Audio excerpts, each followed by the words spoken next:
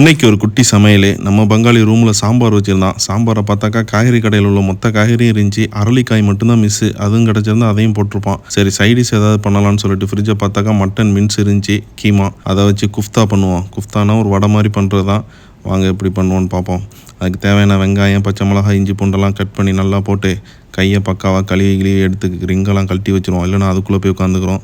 Salt two taste, சீரகத்தூள், மஞ்சத்தூள், மிளகாத்தூள், மட்டன் மசாலாவெல்லாம் போட்டு கார்ன்ஃப்ளவர் கொஞ்சம் போட்டுக்குவோம். அப்போ தான் கொஞ்சம் டைட் ஆகும். அதுக்கப்புறம் சும்மா பெரட்டுன்னு பெரட்டி திருப்புன்னு திருப்பி எண்ணெயை ஊற்றி நல்லா அமுக்குன்னு அமுக்கி வடை பதத்துக்கு ரெடி பண்ணியாச்சு. அடுப்பை பற்ற வச்சு சட்டியை வச்சு எண்ணெயை ஊற்றி சூடு வந்ததுக்கப்புறம் நல்லா அழகாக வடை மாதிரி தட்டி ஒரு ஓட்டையை ஒன்று போட்டு இறக்கியாச்சு. நல்லா 2 பக்கம் கோல்டன் ப்ரௌன் வர வரையும் நல்லா வேக வச்சு எடுத்தாக்கா சூப்பரான குஃப்தா ரெடி. அழகாக ரெடி ஆகிட்டாக. அதுக்கப்புறம் என்ன, டேஸ்ட் பண்ணுறதுக்கு ஆள் வேணும். நம்ம மச்சான் இருந்தான், அவன்கிட்ட கொடுப்போம். நல்லா இருக்கா? Experiment success.